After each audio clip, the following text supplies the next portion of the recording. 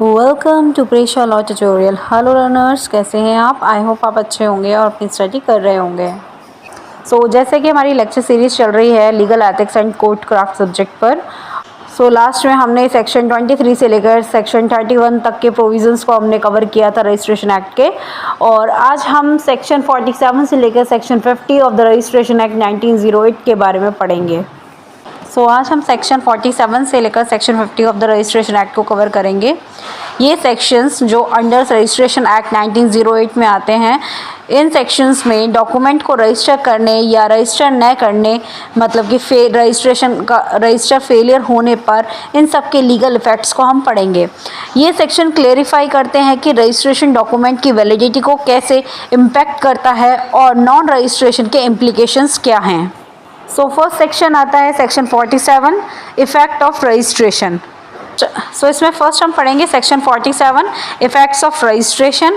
जो ये सेक्शन है इसको हमने पॉइंट्स में डिवाइड किया है। तो पहला हम पढ़ेंगे प्रिजम्पशन ऑफ वैलिडिटी में क्या होता है कि एक बार जब कोई डॉक्यूमेंट रजिस्टर हो जाता है तो उसे उसकी कंटेंट का प्राइमा फेसी एविडेंस माना जाता है।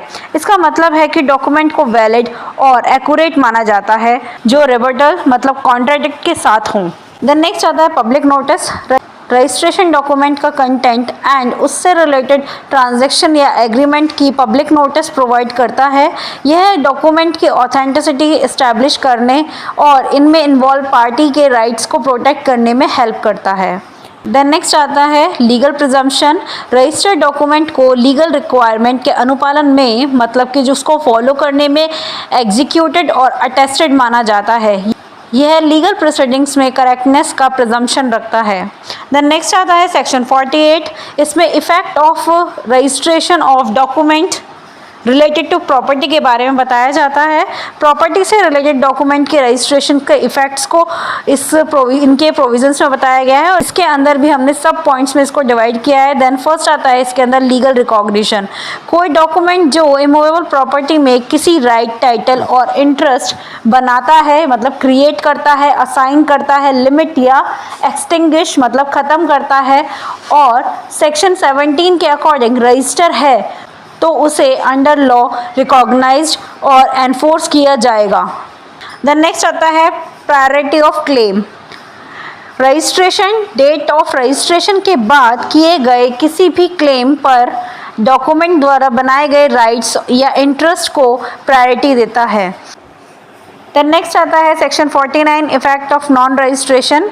इसमें फर्स्ट हम बात करेंगे इन एडमिसिबिलिटी एज एविडेंस। सेक्शन 17 के अंडर रजिस्टर होने के लिए रिक्वायर्ड डॉक्यूमेंट, लेकिन रजिस्टर नहीं होने पर इमूवेबल प्रॉपर्टी में किसी भी राइट, टाइटल या इंटरेस्ट को प्रूव करने या डिक्लेयर करने के लिए कोर्ट में एविडेंस के रूप में एडमिट नहीं किया जा सकता है।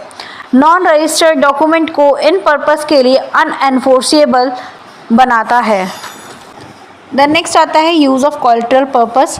कोलेटरल का मतलब होता है कि जब कोई आइटम या थिंग की वैल्यू या प्रॉपर्टी या एसेट जिसे किसी पर्सन द्वारा गारंटी के लिए गिरवी रखा जाता है उसे कोलेटरल बोलते हैं। मतलब उधार चुकाने में अगर कोई गारंटर होता है, गारंटी लेता है, उस गिरवी रखने के लिए कोई भी चीज़ को गारंटी में देता है तो उसको हम कोलेटरल बोलते हैं। इसके अंदर आता है कि हालांकि नॉन रजिस्ट्रेशन डॉक्यूमेंट का यूज़ प्रॉपर्टी में राइट्स को प्रूव करने या डिक्लेयर करने के लिए नहीं किया जा सकता है, फिर भी उनका यूज़ अदर कोलेटरल पर्पस के लिए किया जा सकता है, जैसे कि किसी एग्रीमेंट के एग्जिस्टेंस या ट्रांजैक्शन के नेचर को प्रूव करना। देन नेक्स्ट आता है section 50, power to compel registration. Then इसमें हम फर्स्ट पढ़ेंगे रजिस्ट्रार्स अथॉरिटी। रजिस्ट्रार या सब रजिस्ट्रार के पास compulsory registration category under section 17 के अंतर्गत आने वाले डॉक्यूमेंट्स के रजिस्ट्रेशन को कंपेल मतलब बाध्य करने का राइट है। यह एक्ट के कंप्लेंस का मतलब होता है अनुपालन करना और लीगल ट्रांजैक्शन के प्रॉपर डॉक्यूमेंटेशन को इंश्योर करता है। देन नेक्स्ट आता है इसमें कॉन्सिक्वेंसेस फॉर नॉन रजिस्ट्रेशन।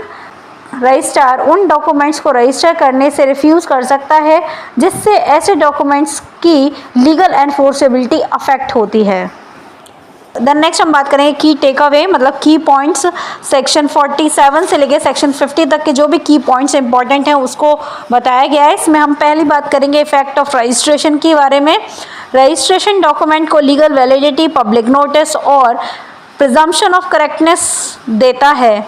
यह इमूवेबल प्रॉपर्टी में राइट, टाइटल और इंटरेस्ट को प्रूव करने के लिए असेंशियल है, मतलब ज़रूरी है। देन नेक्स्ट हम बात करेंगे effect of non registration. Under section 17 register होने के लिए रिक्वायर्ड डॉक्यूमेंट का नॉन रजिस्ट्रेशन इस इमूवेबल प्रॉपर्टी में राइट प्रूव करने या डिक्लेयर करने के लिए एविडेंस के रूप में इनएडमिसिबल बनाता है। हालांकि इसका यूज़ अदर पर्पस के लिए किया जा सकता है, जैसे कि किसी एग्रीमेंट के एग्जिस्टेंस को डेमोस्ट्रेट, मतलब शो करना है। देन नेक्स्ट आता है लीगल प्रायोरिटी। रजिस्टर्ड डॉक्यूमेंट को कंसर्न राइट्स और क्लेम में अनरजिस्टर्ड लोगों पर प्रायोरिटी दी जाती है।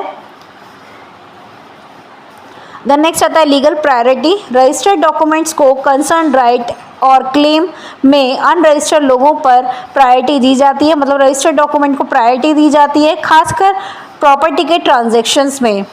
देन नेक्स्ट आता है रजिस्ट्रार रोल। रजिस्ट्रार के पास रजिस्ट्रेशन रिक्वायरमेंट को एनफोर्स करने और यह इंश्योर करने की पावर है कि लीगल ऑर्डर और कॉम्प्लायंस, मतलब अनुपालन करना, फॉलो करना, इसको बनाए रखने के लिए डॉक्यूमेंट ठीक से रजिस्टर्ड हैं। एट लास्ट ये जो सेक्शंस हैं, सेक्शन 47 से लेकर सेक्शन 50 तक, ये सेक्शंस रजिस्ट्रेशन के लीगल सिग्निफिकेंस और लॉ द्वारा रिक्वायर्ड डॉक्यूमेंट को रजिस्टर करने में फेलिंग होने के इम्पैक्ट को समझने के लिए क्रूशियल है, मतलब इम्पॉर्टेंट है। सो आज हमने सेक्शन 47 से लेकर सेक्शन 50 तक के रजिस्ट्रेशन एक्ट को पढ़ा है। देन नेक्स्ट वीडियो में मिलेंगे अपने नए टॉपिक के साथ। सो तब तक के लिए thank you for watching my videos. For more videos, watch, study, like and subscribe my channel.